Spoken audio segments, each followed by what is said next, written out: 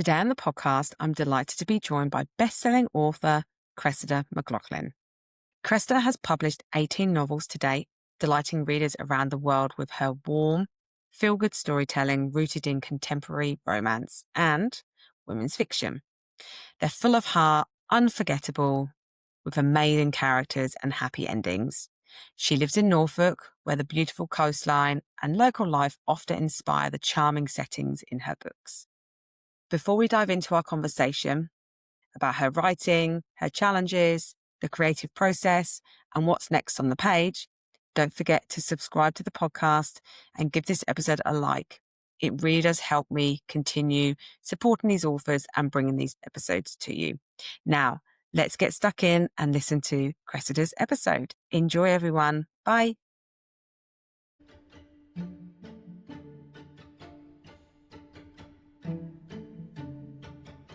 Hi, Cressy. How are you? I'm really well, thanks. Really nice to be here. Thanks for having me. You are welcome. I'm very happy to have you as well and joining. Appreciate you joining on a Friday afternoon. So yeah, thank you. And you had an event last night as well. So I know your social calendar is probably very busy at the moment. It's quite nice being busy in the run up to Christmas. It's nice to kind of get out and talk to people about books and things. But this is my last event before Christmas, actually. So yeah, it's Oh, kind of nice. winding down now. Yeah, brilliant. And I want to talk, because obviously you've just had a book released, which, I would love to know how that's going and what Yeah. you're doing with that. But before we get into your story, do you want to give yourself a brief introduction? Yeah, okay. My name is Cressida McLaughlin. I am the author of cozy romances, mostly set in the UK. I've got lots of books set in Cornwall and some set in North Norfolk. My 18th book, The Secret Mistletoe Promise, came out a month ago now. I live in Norwich with my husband David and spend lots of time kind of exploring the North Norfolk coast and just kind of really enjoying living in the countryside where I get lots of inspiration for my books.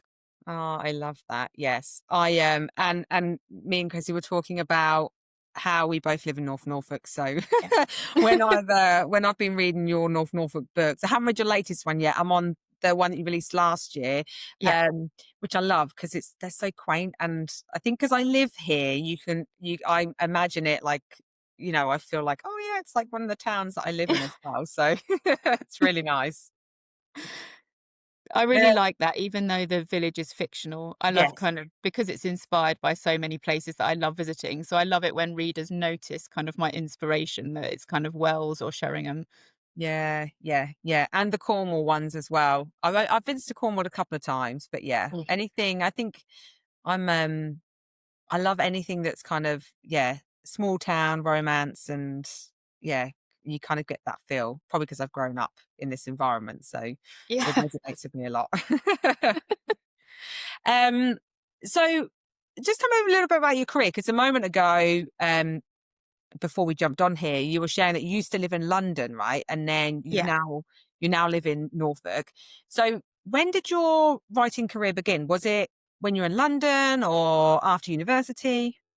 It was after university. I've always loved reading. I've always loved reading books. And I came up to Norwich to go to UEA and study English literature. So I could read books and kind of write essays about them. But because it's such a creative writing heavy university, in the first term, I had to do a creative writing unit. Where you had to kind of write poems and short stories, and I really didn't want to. At that point, I wasn't interested in writing my own stories at all. I just wanted to read books and just kind of stay on that side of it. But then after university, one of my first jobs was working for Norfolk Adult Education. I was a PA there and I was kind of got involved in all the adult learning classes. And at that point, you could, if you worked there, you could do a term of a course for free. And I wanted to take them up on that offer. It was like such a great offer, but I Yeah. didn't know what to do. And I thought, well, I love reading. Why don't I have a go at creative writing? And so I did a term of that and I absolutely loved it. And I decided, I was like, this is my favorite thing ever, kind of writing short stories, writing poems, sharing work with other people and getting Mm. feedback and giving them feedback. I just really loved that whole thing. So I paid for another 2 terms. So I did the full year. And then I decided I was going to write a novel and get it published, and that was it. That was gonna be my life. So very naively, I thought that was gonna work, but it would took kind of 4 books. I've got hundreds of rejection letters, as I think so many authors do, kind of Yeah, from agents, and then eventually through, I think, a mix of kind of luck, being in the right place at the right time, and perseverance, I ended up, I'd started doing some freelance work for a website called Novelicious, um, which was a website for readers and for want to be authors. It did lots of kind of posts about book launches and how authors had got their book deals. And I was just doing this alongside my job. So it was, it was unpaid, just freelance, but I loved being involved in the book community. And I got invited to an author's book launch. And I met her editor there, and I'd written this book and hadn't got anywhere with it. And I mentioned to her that I'd written this book. And she said, "Oh, well, send it over to me and I'll have a look." And a few months later, I thought, I haven't heard back from her. And I emailed her and said, "I don't know if you'd had a chance to look at my stuff." And she said, "Yeah, I did. Would you like to come down and have lunch with me in London?" So obviously, I wow. was immediately like, "Oh my God," just kind of shocked. And I went and met up with her and we talked about my writing. And she said that she really liked my writing, but she wasn't sure that the book was right. But we came up with some ideas together. I wrote some chapters for this idea about a woman called Kat, who's a dog walker, who kind of gets involved in all the lives of her customers. So she's meant to be walking the dogs, but she's just really nosy and causes all sorts of havoc. And then she took that to acquisitions, which is the publishing meeting where the publishing team kind of takes a look at new work and decides which ones they're going to go forward with. And that went through acquisitions. And that was when I got my first book deal. And that Amazing. was just over 10 years ago now. Wow. So That's amazing. it was a long, one of those long, complicated Yeah, stories, lots of rejection letters, 4 yeah, books that are kind of sitting dusty on my computer that will never see the light of day, but that all kind of helped get me towards that first deal. yeah. I mean, how did you deal with the rejection, right? Because like you said, so many authors have been through that. Like, I think sometimes those individuals maybe who haven't had anything traditionally published yet think that maybe those who are published, it happened overnight and, Yeah. they were quite really lucky. But actually, the story is some authors have tried for years and still didn't get published. And then it just had that one opportunity. Maybe it was that book that stood out. It was the right time. So Yeah. there's a lot of rejection, right? So how did you handle that and what made you keep going? I think there were lots of tears. There was kind of, because obviously when you're writing a book, you do put your heart into it. It's such a personal thing, but also you want readers. So it's a kind of strange mix between really personal and creative, and you want it to be your business. You want to kind of be able to do this as a job. So um, it did was really difficult at the beginning. You have to sort of grow a tough skin, and it Mhm. takes a while to do that. And there was one point where I'd got so close, and I'd got an agent, and my book had gone out on submission, and it had been rejected by everyone really nicely. And then my agent decided she was going to go off and just have a different life. She wanted to move into the country. And at that point, I was about to go back to square one and, having to submit to slush piles. And that was actually the point when I went to this book launch and met this editor. But there was that moment when I was suddenly without an agent, and I'd got one and I'd got so close. And at that point, I did think, shall I just give up? It's too hard. I've written kind of 4 books. But then I realized that actually I loved writing so Mhm. much that I wasn't going to give up the writing, because I loved creating those romantic, funny stories. Yeah. And so then I thought, well, as long as I'm writing, I may as well just keep submitting. And I think I wouldn't kind of class myself as a really tough person. And I just think that that perseverance and that determination comes with time. You get one rejection letter and it's devastating and you think, oh God. And then you get more and more. And then you're like, oh, well, You got thick let's skin just now. collect them. Let's collect them. Um, Yeah. so it is something that I think you just not get used to, but it just becomes a part of it. Yeah. And even once you're published, you can still get rejections. Your Yeah. publisher can decide they don't want to keep you on, or it's something that I think is just part and parcel of the Yeah, business. And so really you've got to want to keep doing it and keep writing those stories yeah, and having an audience for them, which is, the best bit about it. yeah. So yeah, it does kind of take some getting used to. Did you do anything like differently during that period? So between you actually getting published and you were writing those novels, did you do any like additional courses or attend any like, I don't know, events or were part of association, anything to kind of upskill yourself, maybe be self-aware of like, okay, maybe I need to tweak this, or did you just have it in your mind that no, this is my style of writing, this is what I like, this is how I'm going to keep going? After the first year of adult education classes, I did do a diploma at UEA, which was again, it was just one night in the evening a week. So it Mhm. was a very part-time one. And I also, when I started kind of doing work for that website, Novelicious, Yeah. the really good thing about that was that it was run and kind of the work was done by lots of other aspiring authors. So I'd sort of started to build up that network of people who were also hoping to get published.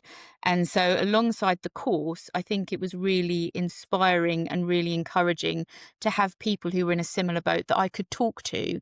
And, some of them got book deals before me. And so that was really encouraging because it was like, well, they've done it, so I should keep going. And also just reading a huge amount of books and kind of reading reviews and just trying to work out what it was about the books that I loved that were that made me love them, and kind of Mm. trying to put that into my own writing. So looking at how authors did certain things, how they did the kind of tension through the book or the meet cute, and just so as I was reading and enjoying books, also trying to learn from them to improve my own writing. Yeah, yeah, and a lot of authors say that actually they read to keep upskilling themselves and, Yeah. yeah, yeah. It's a balance, isn't it? Because I always think, God, how do you find the time to read as well when you're, working on your books and you're editing them and then you're doing your press releases and all these kind of things. But a lot of people that I've been, oh God, my light fell down. A lot of people who have done it 3 times today, and it was Oh, like it's going no. to. um, and a lot of people say, a lot of authors say that they actually use it, yeah, to keep learning themselves and they want to see what's selling and the type of styles of writing that are out there now and the different genres as well. But yeah, I think that's a great kind of resource that you can tap into. I mean, Yeah. so what happened after that then? So you and I suppose actually you were just saying then like you start to get used to the rejection. So when Yeah. you got that email back from, it was the publisher, right? Or your Yeah, agent. it was the Yeah, editor, publisher yeah.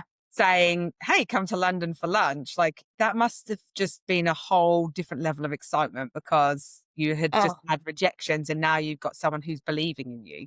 Oh yeah, absolutely. I was at work. I was at working for Norfolk County Council, and I was in this open plan office. And I think I just like ran around the office because like my colleagues knew that I'd been trying to kind of get published for such a long time, and it just felt like there was no deal on the table at that point, but you think if an editor wants you to come and meet them for lunch, then clearly they're kind of interested in you. So yeah, it just Yeah. felt absolutely amazing. I had to kind of stop myself from replying and saying, "I'll just get the train now. I'll Yeah. see you in a couple of hours," kind of thing.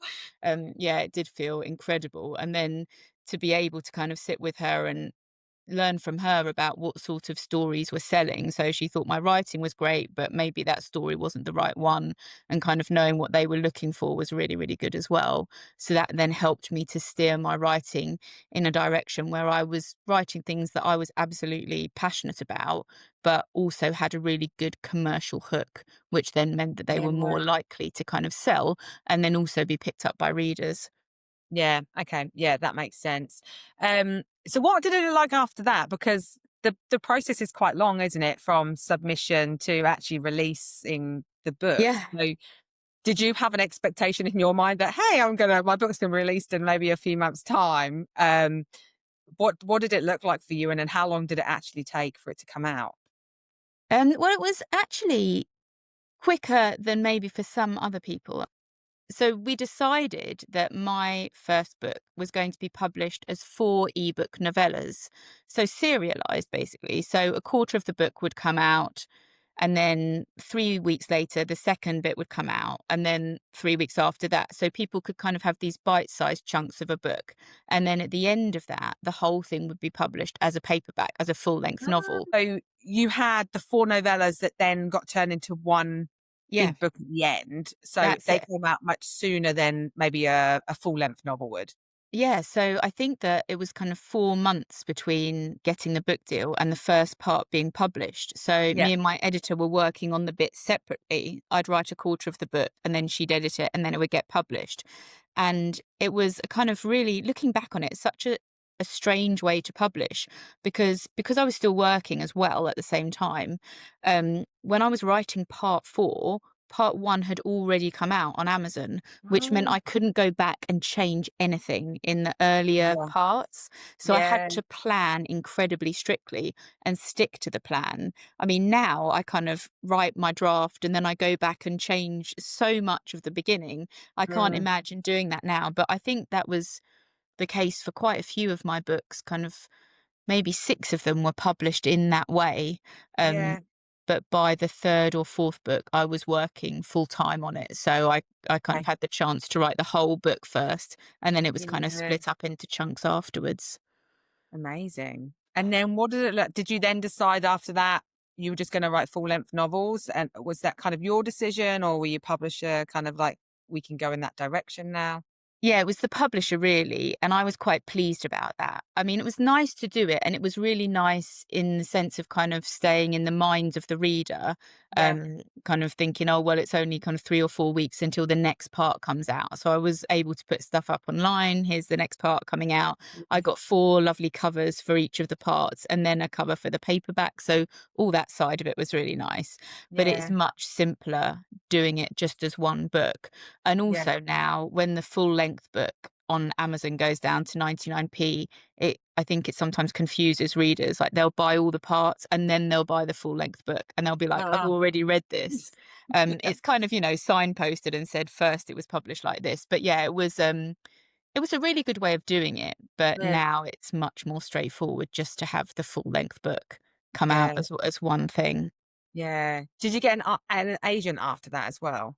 Yes. So once Yeah. I got my deal with HarperCollins kind of Yeah. on my own. And then after that, I went to an agent and said, look, I've just got this deal with HarperCollins. Would you be happy to be my agent? And so, yeah, I got an agent kind of after the publisher, which is not always the way that No. people do it. But Yeah. yeah, I think it's invaluable to have the support of a really good agent. Yeah. Have you consistently had the same agent, or have you changed at all? I've changed. Yeah. So I got a new agent kind of about 4 years ago. I Okay. just kind of felt I wanted some really good energy in my career. I kind of wanted to step up to the next level. Yeah. And so I changed agents and kind of also I'm very much a sort of people pleaser type person. So Okay. I need an agent who is prepared to go, this is great, but have you thought about Yes. this, and kind of make sure that my publishers are kind of doing all they can for my books. And so the agent Yeah. I've got now is kind of really, she's just got so much energy and is kind of so prepared to step in all the times when I think, oh, I'm not going So to say that, nice. Yeah. Just like do it. Push. But I've heard that a lot. Yeah. They just push you to the point that they know how far they can push you. And I think that's why it's so special, the relationship that you Yeah, have with them. Yeah. Yeah. definitely. Yeah. And she does, she always kind of says, this is great to me as well as my editor, this is Yeah. great, Yeah. but just go a bit further with this. So it's really good because she just makes me kind of be the best version of author that Yeah. I can be, I think. Yeah. That's really nice. Um, and so did you say you've got 18 books? Yes. Wow. God. So, I mean, how does it feel now that looking back, you've like had 18 books published? Like, when you look back at your career, what do you think if you could go back and give yourself like one piece of advice, what would you give yourself? I think it would be just to kind of tell myself that it's never going to be a consistent career, and just to kind of get used to the fact that there will be ups and downs, but as long as you're kind of writing the best books you can and you've Mm, got kind of an agent to support you, then you're in the best possible place. Because I yeah, think that everyone who goes into it, you have really no idea what it's going to be like once you've got a book published. But 18 books down the line, it still amazes me, like sitting at Waterstones yesterday alongside yeah. two other authors, and the manager, Ben, kind of put down a big stack of my books and said, "Could you sign all these for the shop?" And I was kind of like stroking the cover thinking, God, this Oh, is my book. Like, it still yeah, feels incredibly special to yeah, know that this kind of thing that's in a shop that people are going to pick up and take home and enjoy has kind of started out as like a little idea in my mind and a blank kind of yeah, computer screen. yeah, But yeah, it does. And it's really nice because it's one of those jobs where you're putting your heart and soul into it, and there's always the potential for really exciting things to happen. yeah, So there's always things like your editor sending over your cover, which is always an amazing moment to see what their vision of your book is and kind of sales figures. And if you're lucky enough to get foreign deals, that's always yeah, amazing to know that another country wants to publish your book. So it's one of those jobs where it's kind of obviously really hard work, but you get so many rewards. yeah. People emailing you saying, I absolutely loved your book. I've gone and bought all your backlist, or I haven't Mm, read books for 5 years and I picked yours up and now I'm reading loads of other books. It's really such an amazing yeah. feeling. That's really lovely. Yeah. Really nice. I was gonna say it must yeah, looking back at, like, creating 18 as well, and I think sometimes you don't realize the reach that you have as well of, like, yeah, when you probably heard that person saying, "Oh, I haven't read in 5 years," how you can change someone's life without realizing you're changing their life. So your writing's doing some really amazing things in the world. Yeah, that is such an amazing feeling to kind of know that that's kind of happening just from this story that you kind of conjured up in your head. I spend Mm. my days making up love stories. It's just like, Yeah. it's such a nice thing to be able to do and to Yes. kind of have people enjoy them as well. Yeah, yeah, exactly. So what are some of the challenges that you've faced then in terms of like what would you say is one of the biggest challenges that you've had to overcome in your career? I think that there's always an element of self-doubt because you're starting again, and kind of, I always worry, am I going to run out of ideas, or Mm, is this book too similar to the previous one? And quite a lot of the time, I mean, it's amazing to have you have your editor and you have your agent and you have writer friends to support you, but quite a lot of the time you're just sitting at your desk with your characters and hoping that what you're creating is kind of good enough to be turned mm, into a story? Is it like, and I think that you never ever get over that sense of, oh God, is this going to work this time round? Am I really able to do this? yeah, So I think that there's always that element of it. And you do kind of get more resilient as you go along and you think, well, I know how to construct a story now, but you never get over that kind of, oh God, is it going to work? Or what happens if it doesn't sell any copies? Or, there's no yeah, sort of necessarily any security long term. You yes, just have mhm, to keep trying to do the best you can, really. And then facing things like really bad reviews, people tagging you and stuff, yeah, you just have to kind of think, okay, that's that person's opinion, and like move on from yeah, it. But if you're having a bad day or the words won't come, and then you see someone saying that they really didn't love your book, it can be quite hard to kind of pull yourself back out and kind of yeah. crack on with things. Yeah, I was gonna that must be tough actually, because especially now with social media, because people can approach you in a different way, can't they? They can just comment on like a post that you might make that is quite visible to everybody as well, versus maybe some of the other streams that they can access. Um, how do you handle that then? Like if you do get a negative review or maybe a comment that isn't very nice? I tend to just ignore it now, or kind of Yeah. put it out of my mind. I used to kind of check my Amazon obsessively and think, oh, another review, and then go and seek it out and see what it said, and then read all the kind of negative ones as well.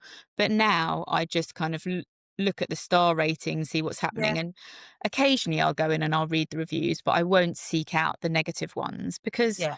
you sort of get to the point where you think, I could write what I think is the best book in the whole world. And there are still going to be people who pick it up and they don't like it. That's just the Yeah. way the world is. Some people will love your book, some people will hate it.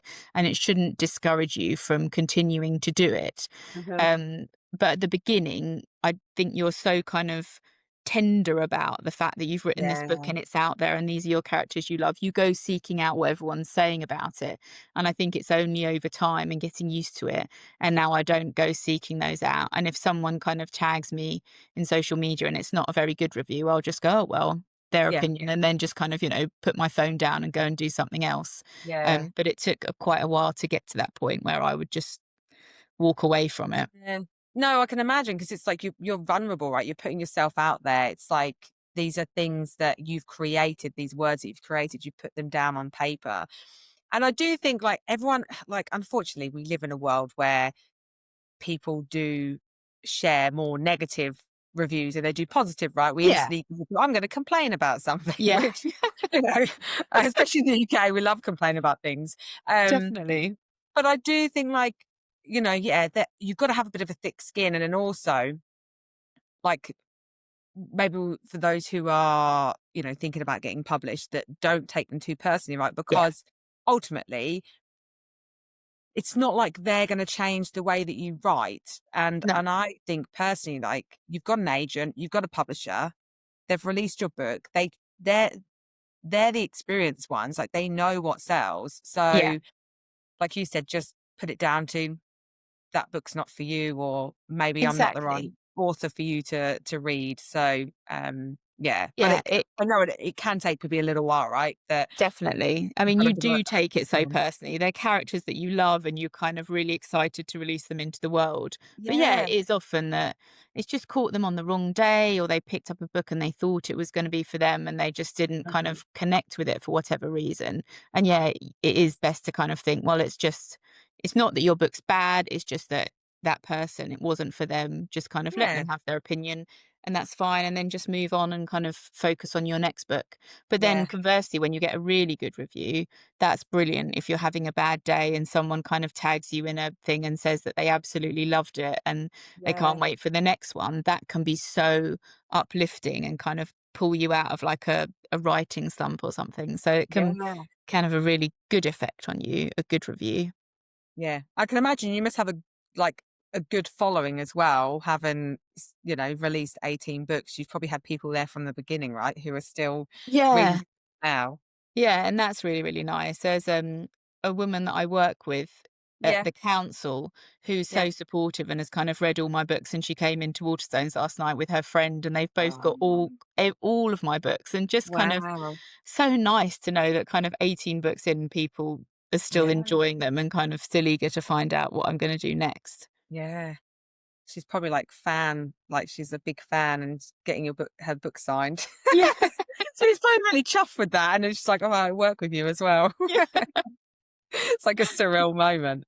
definitely. So I was actually, now that you've mentioned that, so because I do hear this a lot, like especially with established authors, that some have it as a full-time job, some, still have to work. They still like working because, as you mentioned, it's quite a solitary like job, isn't it? Writing, Yeah, like a lot of time you spend at home in your, in your office or a room, um, you know, creating your novels. So did you just mention that you do still work, and or you completely given up and you just are an yeah. author now? I'm a full-time author now. Yeah. I think I've been since 2017. So yeah, Okay. 8 years I've been Yeah. full-time. Wow. And I do love it. I mean, I'm a bit of an introvert anyway, so obviously I kind of had friends at work, but it's nice kind of, it just feels like a real luxury that I get up and I go Yeah. upstairs to my office and my day is kind of structured how I want it to be. Yeah. Um, and I did, like, when I've got my book deal, I went down to 4 days a week at work, Mhm. and that gave me the time to have a good solid day of writing. But now I do think that because I write 2 books a year, I do Yeah. think I would struggle to have a job alongside this because there's so many elements to it these days. There's obviously the Yeah. writing, but then there's social media, events now, which I'm kind of doing more and more often, which I absolutely love, but quite often there's preparation. If you're Mhm. hosting other authors, you've got to make sure you've read all their books and kind Yeah. of write the questions and things. So it's got lots of different elements. And I love being a full-time author. I just, I can immerse myself in the story and kind of spend a whole day at my desk just kind of with Yeah. my characters. Yeah, it's a bit of a dream job, isn't it? Oh, It's like, yeah, yeah. completely. You're like, "I worked hard to get here, now I can live in the glory of being a full-time author." So, Absolutely. yeah, yeah, exactly. Um, so in terms of, like, how you structure your day then, because you said before you were working 4 days and you just dedicated 1 day. Now that you're full-time, you create 2 books a year. Yeah. Do you have a kind of a set schedule, or are you like, do you write every day? What does that look like for you? Mostly I write every day. I try and keep weekends as weekends. So I try and Yep, structure it like a job. Sometimes with deadlines, you do have to kind of go up and do some work at the weekend, which I don't mind doing, but I quite like that. Still the division of Monday to Friday and then yep, weekends off. I'm much better in the morning. So I'll come up to my office about sort of 8 o'clock in the morning. And if I'm writing, I'll usually write till lunchtime. okay, And then in the afternoons, I'll do other things, kind of admin, emails, all that yeah, sort of thing. But yeah, I like to try and get, I'm quite a fast drafter. So I like to get okay, a good chunk of words down every day. yeah. Um, Brilliant. And where do you get your inspiration from? Because obviously you've said, some of them are based in Cornwall, some of them are North Norfolk. You live in North Norfolk. Where does your where does your inspiration come from, and where do your ideas, stem from? There is really different for every book. Like sometimes it'll be a character that pops into my head, like someone who I just really want to write about, and then Mhm. I'll have to give them a scenario that kind of makes it work. Sometimes it will be the setting, like when I went down to Cornwall for the first time and I was just like, I have to write a book set here. I just Mhm. thought it was beautiful. Sometimes it'll be like an idea or a scenario that pops into my head, and I really want to explore that. And so then I'll create the characters. So really with every book, it's a different starting point, which is quite Mm. nice. Yeah. And then you kind of, if it's the scenario, then it's a case of working out who the heroine and hero are, who are the characters around them, like what the kind of community is around them. If it's the Yes. character, then it's like, well, what is the situation that this character is going to be really upended by? Like, what can I Mhm. put them through? So, yeah, it's nice to have that freedom and flexibility to start every book at a different starting point and see how it develops. Yeah, yeah. Do you have like now as you think about, you know, you're gonna obviously release more books. Do you have like a lot of ideas that are running around your head, and then you're like, okay, which one do I choose to actually start putting down, Yeah, I do. paper? I've got a note in my notes app, which is books I'm going to write. And at the Yeah. moment, I think there's like about 6 different ideas that I really want to get working on. But Yeah. that's kind of beyond the next 2 books that I'm working on. So Yeah. I would love to be working on loads of things all at once. And I do kind of fill those notes up if I have ideas for them. And then that's Yeah. really nice because certainly with some of the books I've written, like The Happy Hour and A Cornish Love Story, so last Mhm. summer's book, I thought of that idea probably about 2.5, 3 years ago, but it wasn't. I had other books to write first, but throughout that time, it's been sort of percolating in my mind. And every time I Yeah. thought of a new idea, I'd just build up this note with more and more stuff so that when it was Yeah. suddenly like, my editor was like, "Well, what's your next book going to be about?" I was like, "Well, it's this book, and I've already got all of this kind of waiting." So it's really nice to have all those ideas kind of stacking up behind you, as Yeah. it were, so that Yeah. then when it's kind of time for them to come to the front, you've kind of got a good idea of what you're doing. Yeah. Yeah, because I can imagine if you did it and then you were like, "Right, I've got to write another book," and then you're like, "My mind's just blank," and Yeah. it's and you're like, oh, because 'cause I'm like you. I did like 2 books a number of years ago that I actually just self-published, and then Yeah. I've had a bit of break. I've been working on, like, my 3rd novel for the past few years, but just kids and work and stuff has kind of derailed that for a bit, but I still have a notes section on my phone, and every time I get an idea, I put it in there because 'cause I'm Yeah. like, "I'm gonna write these books one day," and I don't Absolutely. wanna miss the opportunity that I forget about them because I think they're really good ideas, and I'm like you, I will put, like, more structure to it, and then so when I know I can go back to it, I've got a bit more clarity, like, "Oh, yes, this is what I had in mind, and these are Yeah. characters," and yeah. There's a book the book that I'm doing a kind of big structural edit on a book now, so Yeah. basically a rewrite after some notes from my agent and editor, and I'm really enjoying it, but this was an idea that I had probably about 18 months ago.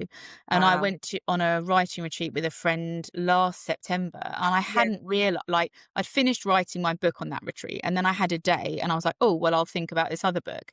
And when I sat down to kind of write the first draft of this, I hadn't realized that I'd got a whole chapter plan for this book Oh, that I'd wow. done in like a frenzy at this writing retreat. And it was so nice to kind of, it needed a lot of work, but there was Yeah. like a whole structure there. And I was so pleased that I'd kind of taken the time to do it, but I'd completely forgotten that it was Yeah. there. And so I was kind of ahead of the game, really. Yeah. You're thanking your previous self for Yeah. doing that. Yeah. Keep adding to that book list on your phone, and you'll be like having books forever, right? And Oh, I've been the same. hopefully. Are there like, if you had to pick one favorite book that you've written, what would you say?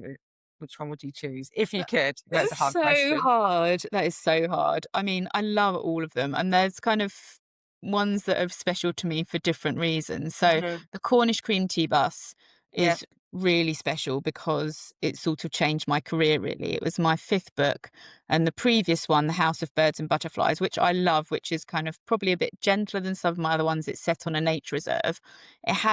Didn't really sell well at all, and it was Yeah. kind of New Deal time for me, and I was a bit like, oh, is my editor even going to offer me a new deal because Yeah. this one hasn't done that well? But then I'd just been to Cornwall and we kind of sat down and I said, I want to do this, I want to set it in Cornwall. And it was just really, really popular. And so my editor was like, well, why don't you write a second book in the series? And then it turned into an 8-book series. So, and it kind of really cemented me as being able to do this full time for a while. Mhm. So that book is really special to me. And also I get loads of people saying, "Oh, what's happening with Charlie and Daniel?" So it's one of my Yeah. kind of most popular couples, which is lovely. There's a Staycation, which was a standalone that I wrote in kind of 2 weeks during COVID. Like, it was Mhm. this kind of mad book that I hadn't told anyone I was doing, and I just wrote it in a couple of weeks in this spurt of kind of creativity. And I Yeah. really, really love that one. It's quite a kind of silly premise, but it's set in London. It's kind of involves a guy who's injured in a hotel room, and this travel agent goes around and he makes us sort of recreate all the holidays in the hotel room. So she turns the hotel room into Australia and then Yeah. Amalfi, and it's quite silly, but it was just one of those books because no one knew I was writing it. I had no deadline. So I Yeah. just put in all the things that I really loved about kind of rom-coms. Yeah. So that one's really special. But all of them are just, and The Secret Christmas Bookshop, because it's the first one that I wrote that's set in Norfolk. And I'd Yes. wanted to write a book set in Norfolk for such a long time. So I love doing that and kind of Yeah. putting all the things I love about Norfolk in it. I know that is the one I'm reading at the moment, Oh, and yeah, I have to say I'm really enjoying it. I tend to read at night because that's the only time I get to do it, yeah. and yours is one of those books that I can't put down. You know, when you're reading something, and I'm so like. I just because I read a lot of like yeah, women's fiction and rom-coms, like they're like that's like my genre that I absolutely love, and yeah, when I find that and then you're like, "Oh," when they start saying like and they had that look and then you're like, "Yeah, something's gonna happen there." And then I'm like, "I've gotta keep reading," like, That's the "You've best got sort me of book. hooked." Even if Yeah. you wake up so tired, like, I'm reading one at Yeah, the moment like that, I'm just like, "Just one more chapter, it's I not that much know. past 11, just one Yeah, more," kind of I know, thing. and it is hard, but I love, like yeah, when a book captivates me like that, I know, like, I'm gonna read this really quickly, and I don't know whether you like this, but then I'm thinking about it, I'm like, "When can I sit down and read next?" And Yeah, I'm like that's when I know I'm gonna, like, really enjoy it because 'cause I'm thinking about it going, "Oh, I've got half an hour here, I'll just sit down and read it there," yeah. versus a book that maybe I'm a bit kind of like, "Oh, it's good," but, like, I'll just wait a little bit but yeah, this book's definitely got me hooked, so Oh, I'm so glad. yeah, yeah, and then I'm gonna move on to your latest one after Oh, that because yeah, brilliant. yeah. But how has your latest one been going? Like, have you done a lot of press for it? Like, what kind of response has it had? It's had a really good response so far. I haven't done that many events, but I have done a couple of really nice ones. I did one in Downham Market, which is in Yeah. West Norfolk. There's a really good bookshop there called Number 8 Bookshop.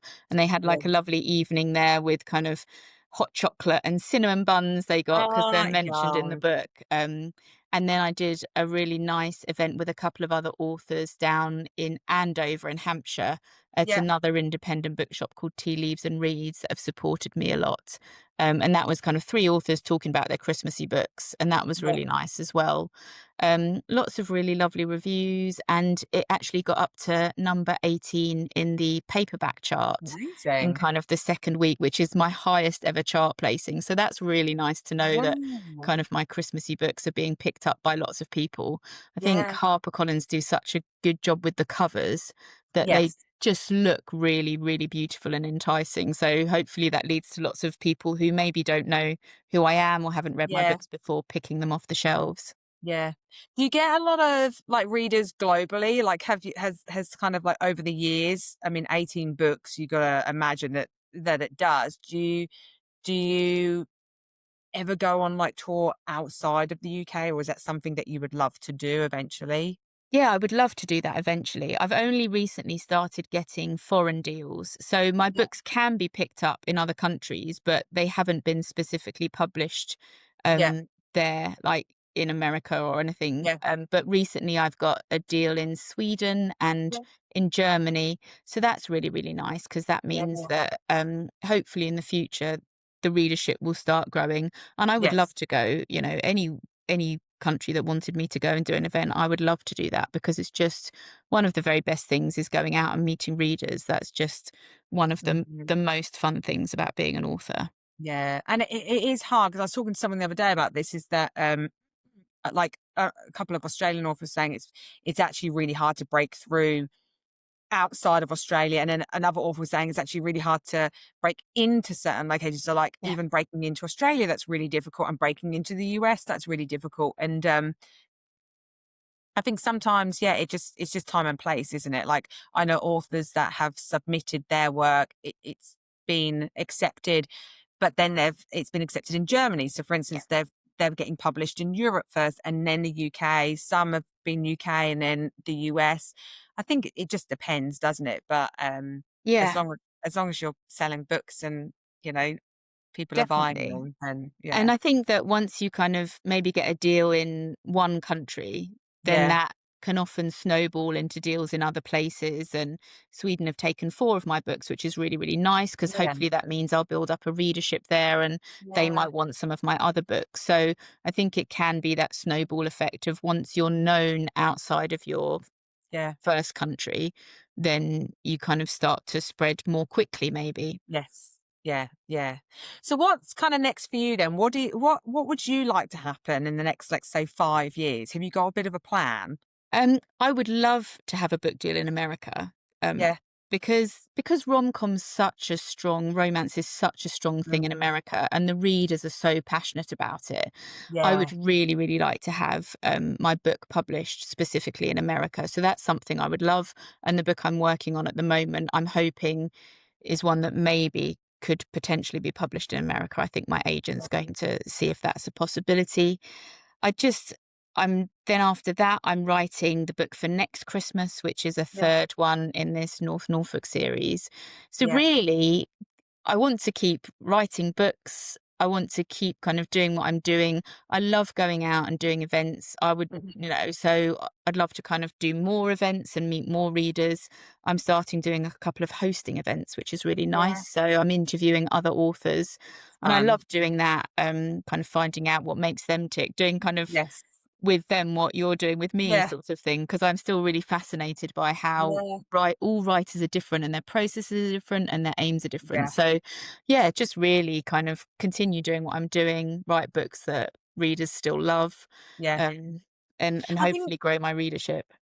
Yeah, I think it can open doors, right? Like the authors that I've been speaking to, like you just said there, everybody's story is so unique. There's commonalities there as well. Like, Yeah, certain people knew that they loved writing from such a young age, and others have been working in publishing or producing, something like that. But everyone's story is so different. But one thing I have found that it's like the perseverance and the determination, like the passion and the love that they have for it, yeah, that's the driver for them. And I think, yeah, they just like you, they've had knockbacks, they've had rejections, but they absolutely love writing. So yeah, even if they didn't get their novels published, they would still be writing no matter what. And I think that just comes down to it. And that's, yeah, it's not going to happen overnight. And No. that's what I was saying to them, that I want to share this podcast for two reasons, right? And I've shared this before. One is for those who are aspiring or emerging and they want to know, like, how to get into this, what does it look like, and normalize it a little bit. Yeah, To just say that anyone could do, if you've got a passion and drive for it, give it a go, right? At the end of the day. And if it's something that you absolutely. really want, keep going after that. Like, you're never going to be able to do it if you don't take that first step. Yeah, And then the other side of it, I just love helping you guys promote yourselves. And because I just think the more I can get visibility for you all and, share, who you are, because I love getting to know people and I love yeah, hearing, I'm an avid reader and I always think, oh, what's the author like? And especially if I've read, many of their books, I'm like, oh, I wonder, you know, what they do or what their life's like. And I think this just opens up a little bit to be like, oh, they're just like us. And, um, you know, this is that's who it. they are. And yeah, you get to know them a little bit more. It's really, really nice, and I think that social media has been really good for that, kind of Yes. opening it up a bit so that people can get to know the authors behind the books. But your first point, like, when I was kind of working on that Novelicious website, and every Mm. time I'd read the my book deal moment, and I'd be like, "Oh, one Yeah. day I want that to be me." And there was a woman at the event last night, and she was like, "Oh, well, I've started writing a book, but, I'm not sure it'll ever get published." And I was just like, but that was me, Yeah. it felt like such a kind of far away dream for me, Yeah. but I loved writing, and if you love writing, you love stories, and also I think the book community is so supportive. So Yes. other authors, readers, it's such a kind of collaborative, supportive community that I think Yeah. that people are prepared to kind of help you where they can. If they can't kind of open doors for you, just kind of give you advice and encouragement. Because we were all at one point sitting there with this idea in our heads thinking, oh, maybe one day we can have a book published. Yeah. And so you can make it happen if Yeah. it's something you really, really want to do. Yeah, that's so true. I think sometimes we're our own worst enemy. It's like you Yeah. get into your own head and you're like, I can't do this, I can't do this, I'm not good enough. And it is really competitive now. I mean, Yeah. I was talking the other day to an author about independent publishing and how much that has changed over the years. And it's got a really big platform now. So, maybe those individuals who have tried to get traditionally published, not had much luck, there is an alternative way. And a lot of those independents actually quite like it because they can have control Yeah. themselves. And, they might say, hey, I'm going to release 4 books in a year, or I'm going to just release one. And maybe they don't feel as much pressure. But I think, yeah, if you really want to get traditional, just try and find an agent first off and Yeah. then build that connection. And yeah, just keep going for it at the end of the day, and don't listen to the noise, because I think you're 100% right there. The community here is phenomenal Yeah. and everyone is so encouraging, so lovely, down to earth, like really uplifting that, yeah, it's competitive, but in a nice way. Yeah. And everyone wants you to do well. And I think if we can have more books in the world, then hey, Exactly. more More for us, choice. right? Yeah, Yeah, more choice. definitely. Yeah. So yeah, keep bringing us books, Cressida, because Oh, they're great ones. oh, good. Thank you. Yeah, Yeah, that's what I want to keep doing. yeah. um, so where can people find you? Where's the best place? Obviously, you're on Instagram. Any other Yeah. social media sites or website? Instagram is my main social media site. That's the place where I'm most active. But I do have a website, just CressidaMcLaughlin.com, which has kind of got a list of my books. So if you want to know what order they come in and where to buy them, there's also a contact form on there as well. But that's got kind of all the main information about what's happening and any events I put up there as well. So really, my website and Instagram are the two places. I am Yeah. on Facebook as well, but I'm not as active on there because I find it very confusing. Um, Yes. and I've tried TikTok and it stresses me out. So I'm on there, Yes. but I don't really post that much. But I kind of No. all roads lead back to Instagram, really. Yeah, I don't know. I'm with you. Instagram is like my safe space Yeah. and it's quite easy to navigate. I don't know. It's a really nice place to be. TikTok, I keep saying this to everybody. I just post on there, but I can never work it out, the algorithm. Probably because I don't comment a lot or I don't Yeah. watch it a lot. I just kind of think like, "Oh, okay, it's another place to put it on there to see, if people are interested in listening." Um, but yeah, it's I think you just gotta feel comfortable with, yeah, what works for you, and Yeah.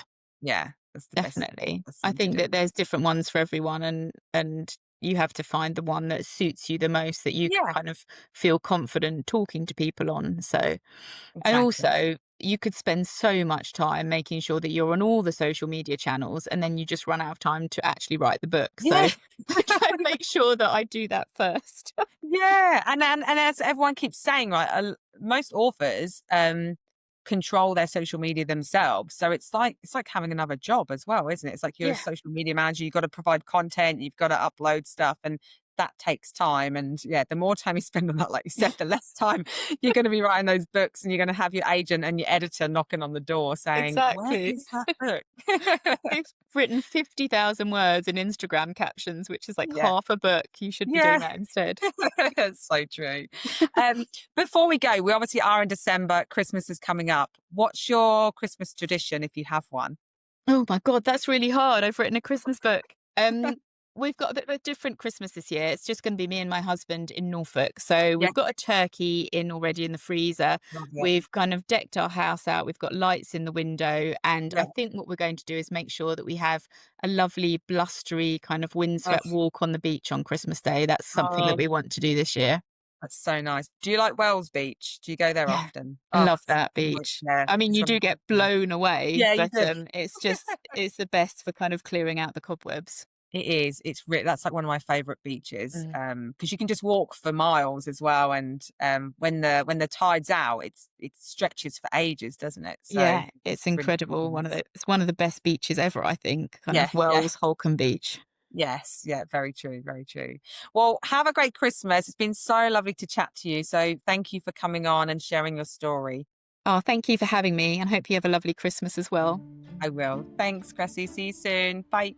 Bye.